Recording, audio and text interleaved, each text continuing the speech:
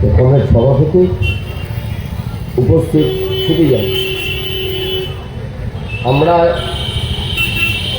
November বিপ্লবের বার্ষিকী পালন করছি, গোটা রাজ্য জুড়েই করছি। বিশেষ করে যে 10 দিন পুরনো রাশিয়াকে কাঁপিয়ে দিয়ে সেদেশের শ্রমজীবী মানুষ রাষ্ট্রের ক্ষমতা দখল করেছিলেন, সেই 10 দিনের মধ্যে 7 থেকে 17 নভেম্বর আমরা যখন নভেম্বর বিপ্লব বার্ষিকী পালন করছি তখন সোভিয়েত ইউনিয়ন নেই, কিন্তু ভেঙে গেছে। সেই সঙ্গে ইউরোপের পূর্ব প্রান্তের সমাজতান্ত্রিক দেশগুলোরও বিপর্যয় ঘটেছে। অনেকে আমাদের ওই জন্য জিজ্ঞাসা করেন যে তোমাদের কি মাথা খারাপ, দেশটাই নেই আর তুমি এখানে বিপ্লব বার্ষিকী পালন করছো? নভেম্বর বিপ্লব আসলে 20 শতাব্দীর তো বটেই, মানব সভ্যতার ইতিহাসে যে ঘটনাগুলো সভ্যতার মোড় ঘুরিয়ে দিয়েছে তার অন্যতম, বোধহয় সবচেয়ে গুরুত্বপূর্ণ। আমি সংক্ষেপে এই 2-1টা কথা আপনাদের কাছে বলব। সোভিয়েত রাশিয়া, মানে পুরনো রাশিয়া, সোভিয়েত কথাটা ভুল হলো, রাশিয়া শ্রমিক শ্রেণী তারা রাষ্ট্রের ক্ষমতা দখল করতে পারল, এই প্রথম সে ক্ষমতা তারা টিকিয়ে রাখতে পারল অনেকদিন। তার আগে বারে বারে চেষ্টা হয়েছে, পারা যায়নি। কমরেড অভিজিৎ কোনার বলছিলেন ফ্রান্সে, মানে প্যারি কমিউনের কথা বলছিলেন, প্যারিসের শ্রমিকরা 1871 সালে প্যারিস শহরটা দখল করতে পেরেছিল। 73 দিনের জন্য তারা ওই শহর দখল করে এমন অনেক সিদ্ধান্ত, ঘোষণা, ডিক্রি করতে পেরেছিল যা অতীতে পৃথিবীতে কখনো হয়নি। কিন্তু রাশিয়ার বিপ্লবীরা রাষ্ট্র ক্ষমতা টিকিয়ে রাখতে পারে। সে গোটা পৃথিবীতে হলো না, ঠিক ওইখানেই হলো কেন? লেনিন খুব উন্নত মানের নেতা ছিলেন, ঠিক, কিন্তু তার বুদ্ধির জন্য, শুধু তার না। প্রথম কথা হচ্ছে এই যে ইউরোপে যে সময়ে শ্রমিক আন্দোলন গড়ে উঠছে বড় বড় শিল্পোন্নত দেশে, ফ্রান্স, ব্রিটেন, জার্মানি, তারা শ্রমিকদের জন্য লড়াই করেনি তা না, করেছে, কিন্তু তারা সুবিধাবাদের চক্কর থেকে নিজেকে বাঁচাতে পারেনি। গোটা সমাজের আমূল রূপান্তরের জন্য শ্রমিককে তারা তৈরি করতে পারেনি। বারে বারে দেখা গেছে যে তারা শেষ পর্যন্ত নিজ নিজ দেশের শাসক শ্রেণীর সাথে আপোষ করেছে। আমি বিস্তারিত ইতিহাসে যাব না। সবচেয়ে ভালো উদাহরণ হচ্ছে যখন প্রথম বিশ্বযুদ্ধ লেগে যায়, তখন দেখা যায় যে বড় বড় সাম্রাজ্যবাদী দেশগুলো, যাদের অনেক উপনিবেশ আছে, যেমন ব্রিটেন ভারতে উপনিবেশ ছিল, গোটা পৃথিবীতে ছিল, তাদের নিজেদের মধ্যে বাজার দখলের যুদ্ধ হচ্ছে।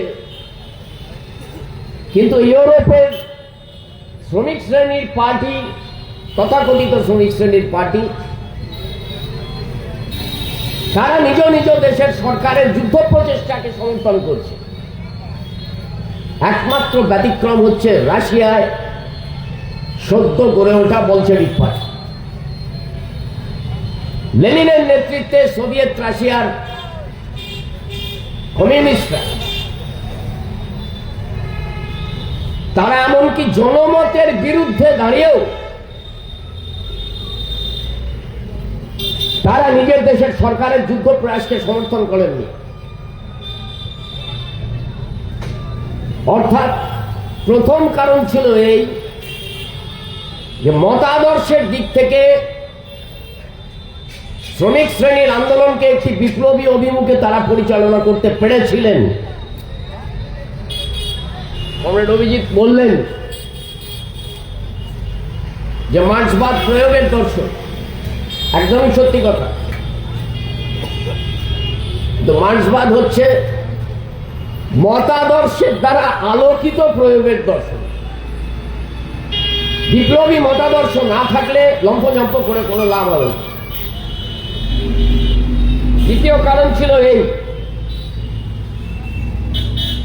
রাশিয়ার বুকে শ্রমিক আন্দোলন বলশেভিকদের নেতৃত্বে তারা যুদ্ধের কলা কৌশল আবিষ্কার করেছিল। নয়া কৌশল, যুদ্ধ মানে অস্ত্রশস্ত্র নিয়ে যুদ্ধ না, পুঁজিবাদের বিরুদ্ধে যুদ্ধ চলছে, তখনও শুরু হয়েছিল, এখনো চলছে। তারা যুদ্ধের যে নীতি নিয়েছিল, যাকে রণনীতি বলে, সেটা বৈপ্লবিক। তার অনেক উদাহরণের মধ্যে আমি যাচ্ছি না, একটাই যাচ্ছি। বলশেভিকদের আগে, লেনিনের আগে কেউ ভাবেননি যে শ্রমিক শ্রেণী একা লড়বে না, কারণ সংখ্যাগরিষ্ঠ নিপীড়িত মানুষ আসলে গ্রামে থাকেন, কৃষক। এক এক দেশে তাদের এক এক রকম অবস্থা, কিন্তু সামন্ততন্ত্রের অধীনে কোন কৃষকই কার্যত স্বাধীন না। তাহলে তারা শ্রমিক শ্রেণীর বন্ধু হতে পারেন, একসঙ্গে লড়তে পারেন। এবং সত্যি সত্যি রাশিয়া বিপুল পরিমাণ ছোট কৃষককে তারা শ্রমিক শ্রেণীর পাশে সমবেত করতে পেরেছিলেন। এটা এমন একটা রণনীতি যা শুধু বলশেভিক বিপ্লবের মধ্যে সীমাবদ্ধ থাকেনি। পরবর্তীকালে দুনিয়ার বিভিন্ন দেশে খুবই উল্লেখযোগ্য চীন, যেখানে শ্রমিক শ্রেণীর সংখ্যাই ছিল খুব কম, কিন্তু মাওসেতুংদের নেতৃত্বে যে বিপ্লব হয় সেটা প্রধানত ছিল কৃষকদের বিদ্রোহ। বা আমাদের দেশ, আমাদের পার্টি, আমরা মনে করি যে শ্রমিক শ্রেণীর সবচেয়ে কাছের বন্ধু হচ্ছে ক্ষেতমজুর, গাঁয়ের গরিব চাষি, মধ্য চাষি। এবং আমাদের দেশের প্রধান প্রশ্ন হচ্ছে কৃষক প্রশ্ন, কৃষি প্রশ্ন। যদি কৃষককে শ্রমিকের সঙ্গে জুড়ে দেওয়া যায়, তাহলে ভারতের চেহারা পাল্টে যেতে পারে। এটা বলশেভিকরা প্রয়োগ করে দেখিয়েছে, আমরা তা থেকে শিখেছি, দুনিয়ার লোক শিখেছে। এটা দ্বিতীয় কারণ, যে কারণে ওরা সফল হয়েছিল। 3 নম্বর এবং সবচেয়ে গুরুত্বপূর্ণ কারণ হচ্ছে এই, শ্রমিক শ্রেণী যে সমাজ পাল্টাবে, এত শক্তিশালী শাসক শ্রেণী পুঁজি তার বিরুদ্ধে লড়বে, তার রাজনৈতিক দল কোথায়, পার্টি কোথায়? বিচ্ছিন্নভাবে লড়বে, স্বতঃস্ফূর্তভাবে লড়বে, যার যেমন মনে হবে তেমন লড়বে, যে যেখানে পারবে ঢিল মেরে আসবে। আগে তাই হতো, অনেক আন্দোলন হয়েছে। এই যে প্যারি কমিউনের কথাও বলেছে, শ্রমিক শ্রেণীর বীর সন্তানরা হাজারে হাজারে রক্ত দিয়েছেন। পুঁজিবাদী সেনা শাসকদের সেনা দলের কামানের মুখে উড়ে গেছেন।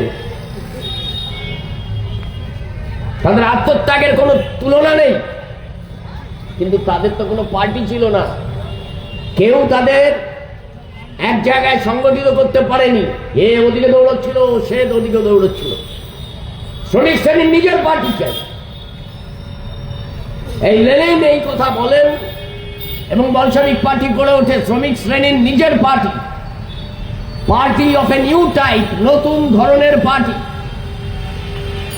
যে পার্টি হবে সংগঠিত, যে পার্টি শ্রমজীবী মানুষের সেরা অংশটাকে পার্টিতে নিয়ে আসবে, যে পার্টি বিপুল জনসংখ্যা যারা পার্টির বাইরে রয়েছেন তাদের সাথে গভীর নিবিড় যোগাযোগ রাখবে এবং তার ভিত্তিতে পদক্ষেপ নেবে। এটা ওরা পারেন বলেই শ্রমিক শ্রেণীর নিজের পার্টি সামাজিক রূপান্তরের নেতৃত্ব দিতে পারে। সোভিয়েত রাশিয়ায় যে নতুন রাষ্ট্র গড়ে ওঠে সোভিয়েত ইউনিয়ন, আরো বড় হয় পরে সোভিয়েত ইউনিয়ন নাম হয়, সেই রাষ্ট্র শ্রমজীবী জনগণের রাষ্ট্র ছিল। তার আগে এবং তার পরেও ইউরোপে এবং পৃথিবীর অধিকাংশ মহাদেশের রাষ্ট্র তা শ্রমজীবী মানুষের রাষ্ট্র না, যেমন আমাদের দেশে না। শিল্পোন্নত দেশগুলোতে আরো খারাপ অবস্থা ছিল। এই প্রথম দুনিয়ার বুকে এমন একটা সরকার, এমন একটা রাষ্ট্র গঠন সম্ভব হয় যেটা শ্রমজীবী জনতা নিজেরা পরিচালনা করছে। এটা সবাই জানেন, আমি ব্যাখ্যার মধ্যে যাচ্ছি না। সোভিয়েত ইউনিয়নে খাদ্য, বস্ত্র, কর্মসংস্থান এইসব মৌলিক সমস্যার সমাধান হয়ে গেছে। সোভিয়েত ইউনিয়ন বিজ্ঞান প্রযুক্তিতে অসাধারণ উন্নতি করেছিল, মহাকাশে মানুষ পাঠানো থেকে শুরু করে। সোভিয়েত ইউনিয়ন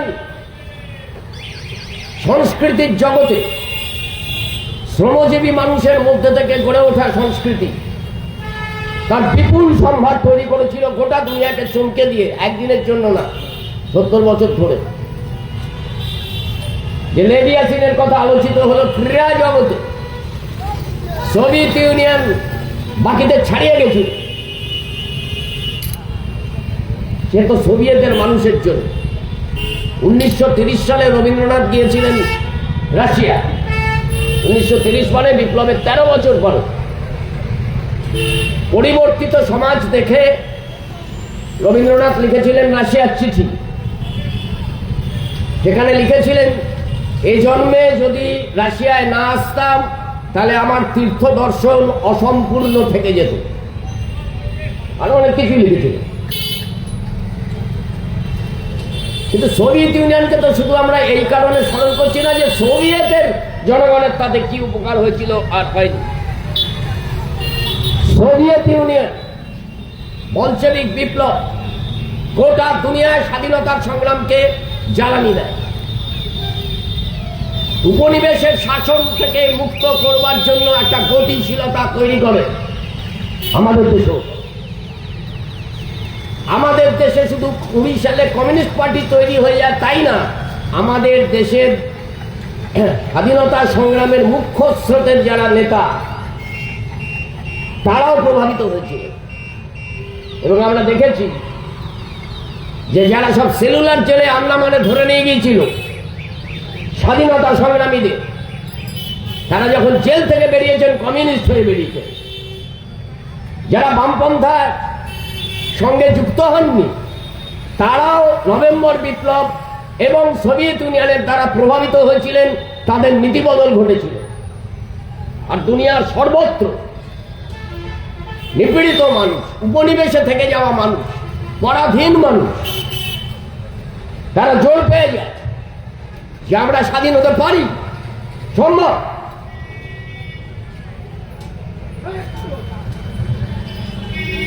সোভিয়েত ইউনিয়ন যদি না থাকতো তাহলে পৃথিবীর চেহারা যেন অন্যরকম হতো।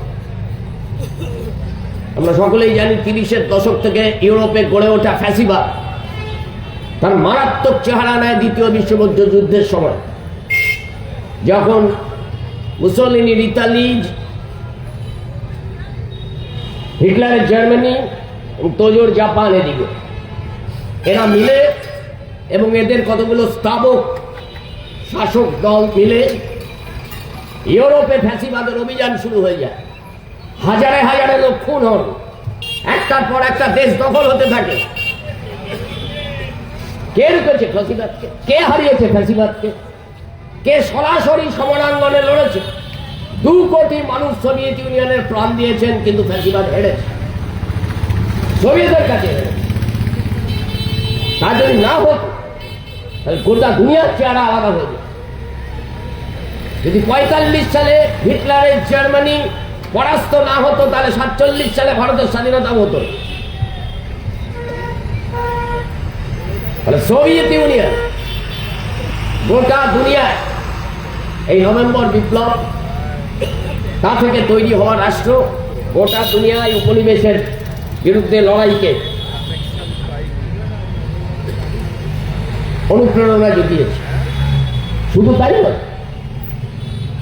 সোভিয়েত ইউনিয়নের যে নিয়ম কানুন চালু হলো তার প্রভাব পড়লো গোটা পৃথিবীতে।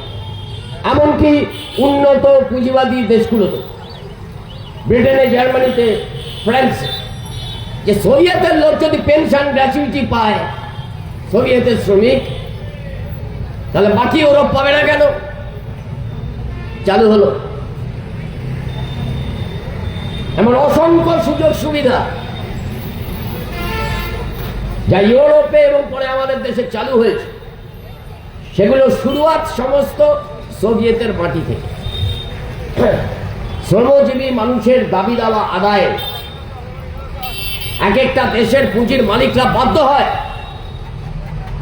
কারণ সোভিয়েত ইউনিয়ন আছে। সবচেয়ে বড় কথা, যতদিন সোভিয়েত ছিল ততদিন বিশ্বের ভারসাম্য ছিল। তার মাথার উপর দিয়ে যা খুশি করা যেত না। আপনারা জানবেন যে 300-400 বছর ধরে গোটা পৃথিবীতে উপনিবেশ স্থাপন করেছে ইউরোপের কতগুলো বড় শক্তি, বিপুল পরিমাণে লুণ্ঠন করেছে আমাদের দেশ সহ। আর 1945 থেকে 1970 এই 25 বছরের 150টা উপনিবেশ স্বাধীন হয়েছে। 300-400 বছর ধরে ঘেরে থাকা উপনিবেশ সোভিয়েতের একটা থাপ্পড় 45 সালের 8ই মে হিটলারের পতন 150 দেশকে স্বাধীন করেছে। বিশ্বের আর উপনিবেশ নেই, আর উপনিবেশ স্থাপন করতে সাম্রাজ্যবাদ সাহস করেনি যতদিন সোভিয়েত ইউনিয়ন ছিল। ফলে নভেম্বর বিপ্লব শুধু রাশিয়ানদের বিপ্লব না, তা গোটা পৃথিবীতে ঐতিহাসিক ভূমিকা পালন করেছে। কিন্তু ঠিকই তো, 70 বছর পরে তো সোভিয়েত ইউনিয়ন নেই, পূর্ব ইউরোপের সমাজতন্ত্র নেই। কারণ আছে তো, কিছু আছে। যেভাবে অর্থনৈতিক পরিকল্পনাকে গতিশীল করা উচিত ছিল করেননি। আমাদের প্রাথমিক যা বিশ্লেষণ, আমার সমাজবিজ্ঞানীদের যা বিশ্লেষণ, এক একটা ক্ষেত্রে অসাধারণ উন্নতি করছেন, কিন্তু পাউরুটির দোকানের সামনে লাইন পড়ে যাচ্ছে। অর্থনৈতিক পরিকল্পনার ক্ষেত্রে ত্রুটি ছিল। যেভাবে একটা সমাজের মধ্যে, সমাজতান্ত্রিক সমাজ, শ্রমজীবী সমাজ, পুঁজির মালিকের সমাজ না, সেই সমাজের মধ্যে গণতন্ত্রের যেভাবে বিকাশ হওয়া উচিত ছিল, তার সবটা হয়েছে বলে আমরা মনে করি না। হয়নি, সোভিয়েতে হয়নি, পূর্ব ইউরোপের দেশগুলোতে হয়নি। একটা সময়ের পর তো আটকে যায়। এই সমাজ কার সমাজ, কেন সমাজ?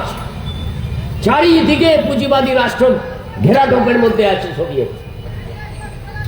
একেবারে 17 সালের নভেম্বর থেকে ভাঙার চেষ্টা শুরু হয়েছে এবং তা লাগাতার বিরতিহীন নিরবচ্ছিন্ন চলেছে। তাহলে সেই সমাজের অভিমুখ কি হবে? সেই রাষ্ট্রের মতাদর্শগত অভিমুখ কি হবে? যা করাতে আমি বলেছিলাম, সেখানে কিছু শিথিলতা এসছে, লঘু হয়ে গেছে। ফলে সমাজতন্ত্রের বিপর্যয় ঘটেছে, এটা বাস্তব। এই বিংশ শতাব্দীর সমাজতন্ত্রের অভিজ্ঞতা থেকে আমাদের অনেক কিছু শিক্ষা নেবার আছে, তার মধ্যে নেতিবাচক শিক্ষাও আছে। শিক্ষা কিছু নিয়েছে চীন, ভিয়েতনাম, কিউবা।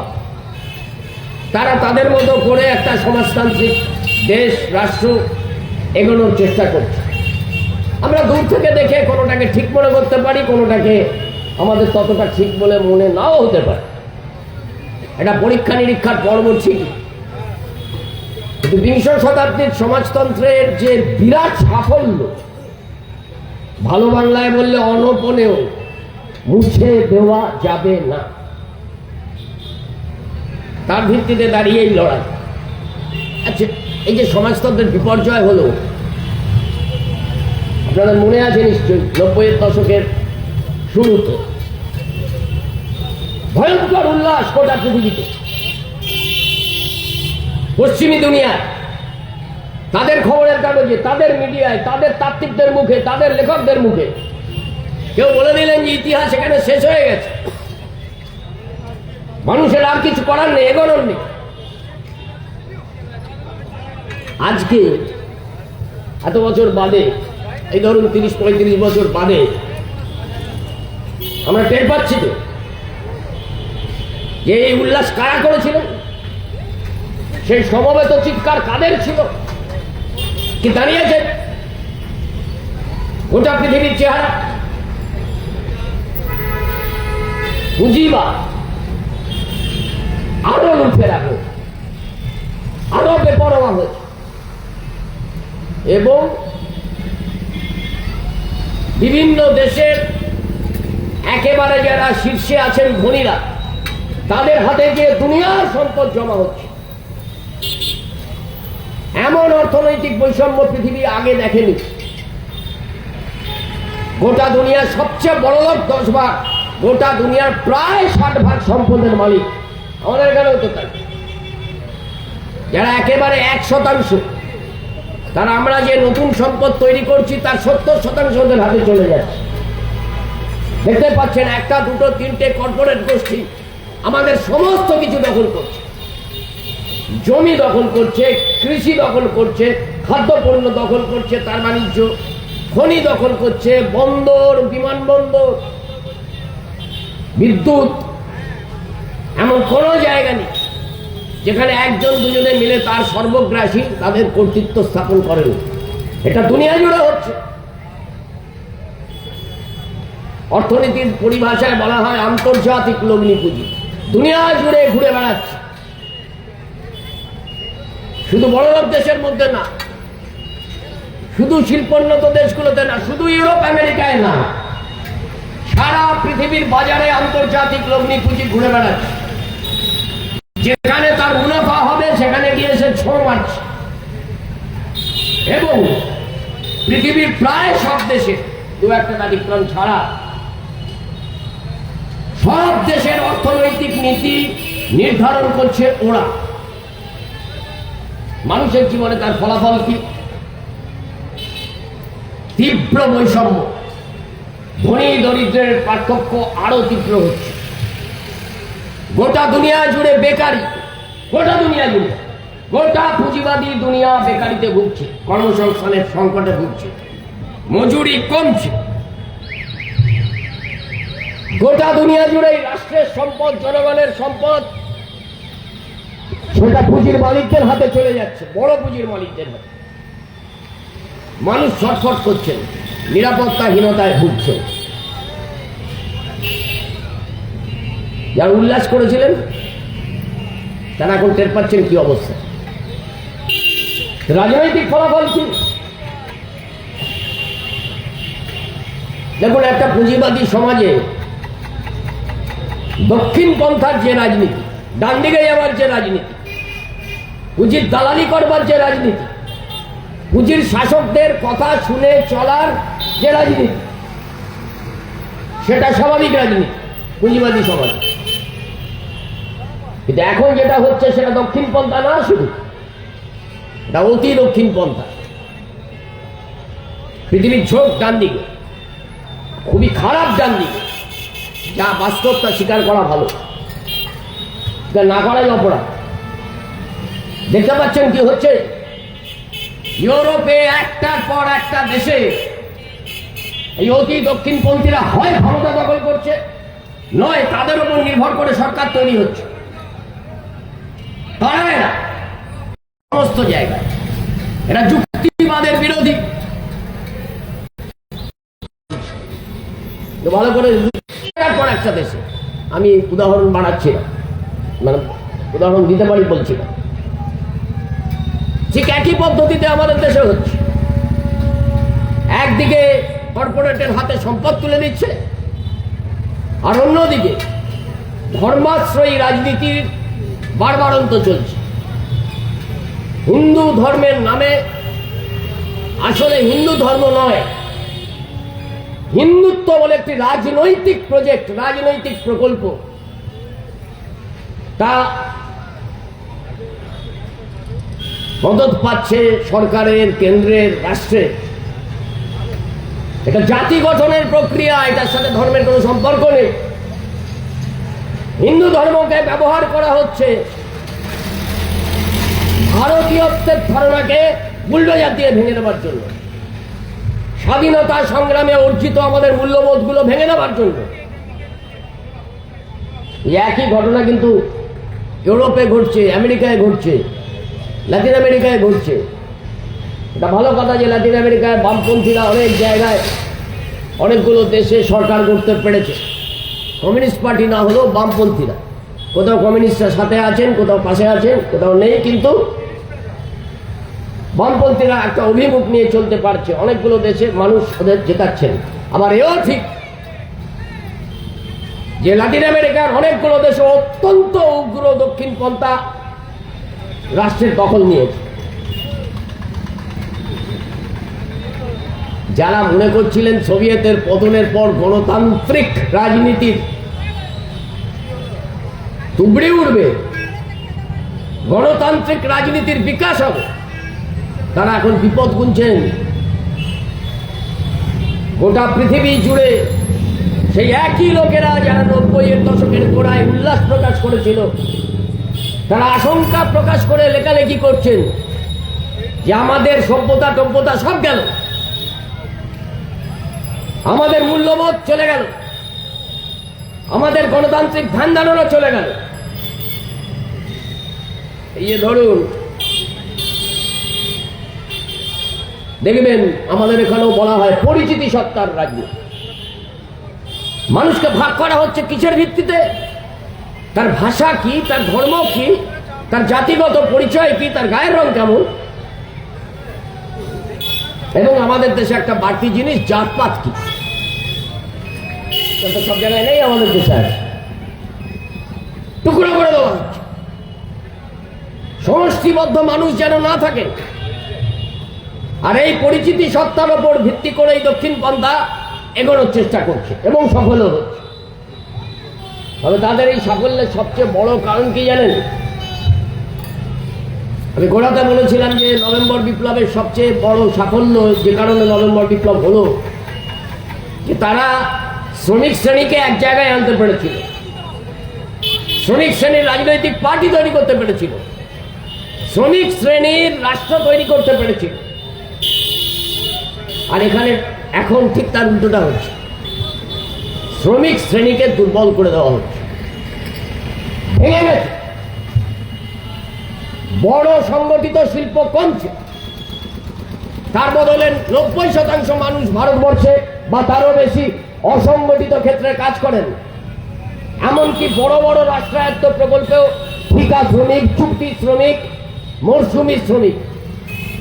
আমাদের এই রাজ্য থেকে, আপনাদের জেলা থেকে হাজার হাজার পরিযায়ী শ্রমিক গ্রাম থেকে চলে যাচ্ছেন। কৃষিকাজের অবস্থা খারাপ, রাজ্যে শিল্প নেই। গ্রাম থেকে, শহরের বস্তি থেকে হাজার হাজার লোক ভিন রাজ্যে চলে যাচ্ছেন। ঠিক যে তারা শ্রমিক, ঠিক যে তারা কোথাও না কোথাও শ্রম দিচ্ছেন, আর তাদের কফিনবন্দি মৃতদেহ প্রায় প্রতি সপ্তাহে মালদা, দক্ষিণ দিনাজপুর, কুচবিহার, মুর্শিদাবাদে ফেরত আসছে। ঠিক ইউনিয়ন নেই, ট্রেড ইউনিয়ন দুর্বল হচ্ছে। আর এই যে ভাগ হচ্ছে, এটা তো খালি প্রযুক্তির বিকাশের জন্য নয়, শ্রমিক শ্রেণীর দর কষাকষির ক্ষমতা কমানোর জন্য। দক্ষিণ পন্থা যে বাড়তে পারছে তার প্রধানতম কারণ হচ্ছে বিশেষ করে শ্রমিক শ্রেণীর এবং বৃহত্তর অর্থে শ্রমজীবী মানুষের সমাজে কথা বলার অধিকার কমছে বলে। রাজনৈতিক ফলাফলের আরেকটি দিক আছে এই সমাজতন্ত্রের সাময়িক বিপর্যয়ের ফলাফল। এই যে দক্ষিণপন্থার কথা আমি বলছিলাম, শিরদাঁড়াটা কি? ইদানিং তো আমাদের রাজ্যের শিরদাঁড়া নিয়ে বহু আলোচনা হচ্ছে, শিরদাঁড়া ছবি হচ্ছে, কেউ কাউকে শিরদাঁড়ার উপহার দিচ্ছেন, এটা ঠিক। শিরদাঁড়া ছাড়া, স্পাইনাল কর্ড ছাড়া মানুষ তো সোজা হয়ে চলতে পারে না, দৌড়তে তো পারেই না, শিরদাঁড়ায় সমস্যা থাকে। তাহলে এই অতি দক্ষিণ পন্থার শিরদাঁড়াটা কি?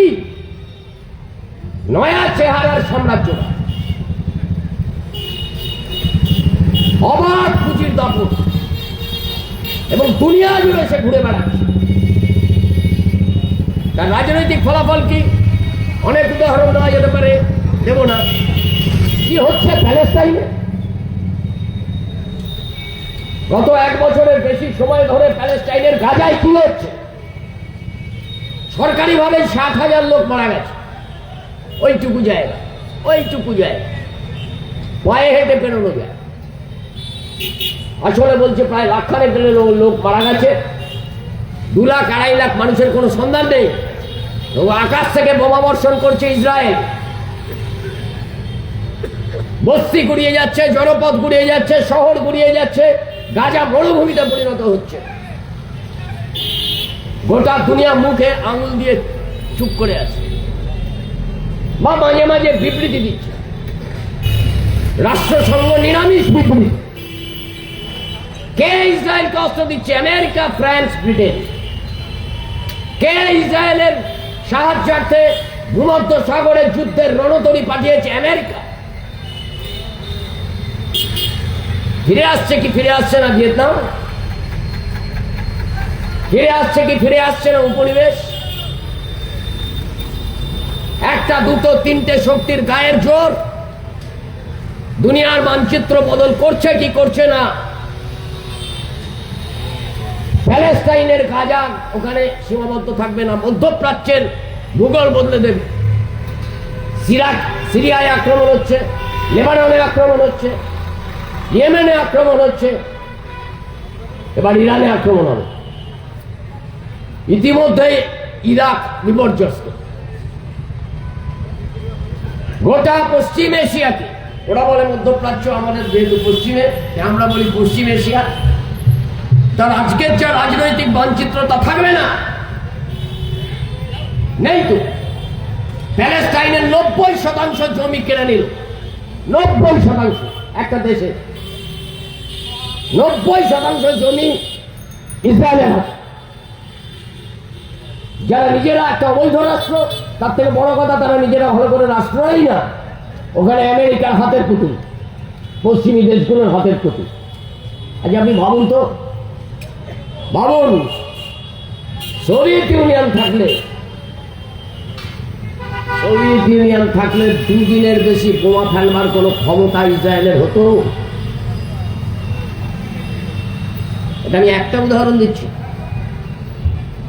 সোভিয়েত ইউনিয়ন থাকলে আফ্রিকার সেই সব দেশ যেখান থেকে একসময় ফ্রান্স লুট করেছে, বেলজিয়াম লুট করেছে, ব্রিটেন লুট করেছে, সোনা নিয়ে গেছে, রূপো নিয়ে গেছে, হিরে নিয়ে গেছে, বিরাট প্রাকৃতিক সম্পদ, সেই সব একই দেশে আবার লুটের কাজ শুরু হয়েছে। পারত? পারেনি তো। 50 বছর ধরে পারেনি। এই জন্য এখন পুঁজি ছাপিয়ে পড়েছে। কোনো কি ইতিবাচক দৃশ্য নেই? আছে। দুনিয়ার মানুষ কি লড়ছে না? হ্যাঁ, লড়ছে। ইউরোপের শিল্পোন্নত দেশেই তো শ্রমিক শ্রেণী রাস্তায় থাকে। প্রায় প্রত্যেক দিন কোথাও না কোথাও স্ট্রাইক হয়। আমাদের এখানে একদল লোক, বিশেষ করে খবরের কাগজওয়ালাদের, শ্রমিক ধর্মঘটের কথা শুনলে ভূ কুচকায়। অথচ শিল্পোন্নত দেশগুলোতে শ্রমিক শ্রেণী কোথাও পেনশনের দাবিতে, কোথাও ন্যায্য অধিকারের দাবিতে, কোথায় মজুরি বৃদ্ধির দাবিতে প্রায় রোজ ধর্মঘট করছে। বামপন্থীরা কি কোথাও এগোতে পারছে না? পারছে। আমাদের পাশের দেশের কি হল? আজকে সকালে খবরের কাগজে দেখেছেন আপনারা নিশ্চয়ই। আমরা কেউ ভাবিনি, কল্পনাই করিনি। আচমকা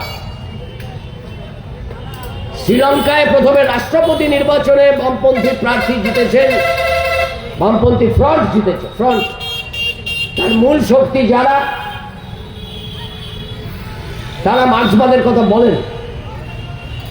তারা নিজেদেরকে মার্ক্সবাদে বিশ্বাসী বলে ঘোষণা করেন। যিনি রাষ্ট্রপতি হয়েছেন তিনিও। আরো কতগুলো বামমুখী দলকে নিয়ে ফ্রন্ট হয়েছে। প্রথমে রাষ্ট্রপতি নির্বাচন প্রত্যক্ষ হয়, সরাসরি হয়, জিতেছেন। এবার পার্লামেন্টের নির্বাচনে 2/3 সংখ্যাগরিষ্ঠতা পেয়ে গেছেন, যা ওরা নিজেরাও ভাবেন। আজকেই খবরের কাগজে আছে।